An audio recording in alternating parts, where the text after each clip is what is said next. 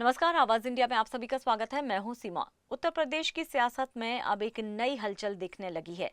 BJP और सपा की ध्रुवीय राजनीति के बीच बसपा सुप्रीमो मायावती चुपचाप अपनी बड़ी चाल चल रही हैं।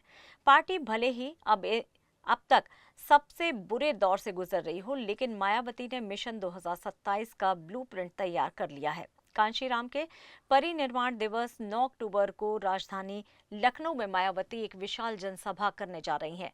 इसी रैली से वे विधानसभा चुनाव की औपचारिक तैयारी का बिगुल बजा देंगी। बसपा का प्लान है कि इस आयोजन के जरिए अपनी ताकत का प्रदर्शन हो और विपक्षी दलों को ये संदेश दिया जाए कि पार्टी अब भी सियासी मैदान में मौजूद है।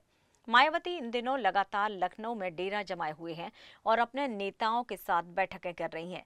उनकी राजनीति साफ है, एक तरफ दलित समाज के कोर वोट बैंक को मजबूती से साधना और दूसरी तरफ अति पिछड़े व मुस्लिम समुदाय को अपने साथ जोड़ना। इसके लिए बसपा पंचायत चुनाव को एक बड़ी सियासी प्रयोगशाला बनाने जा रही है। गांव-गांव बूथ स्तर पर कैडर कैंप लगाए जा रहे हैं, छोटी-छोटी सभाएं की जा रही हैं और दूसरे दलों से स्थानीय नेताओं को जोड़ने की कवायद तेज हो चुकी है।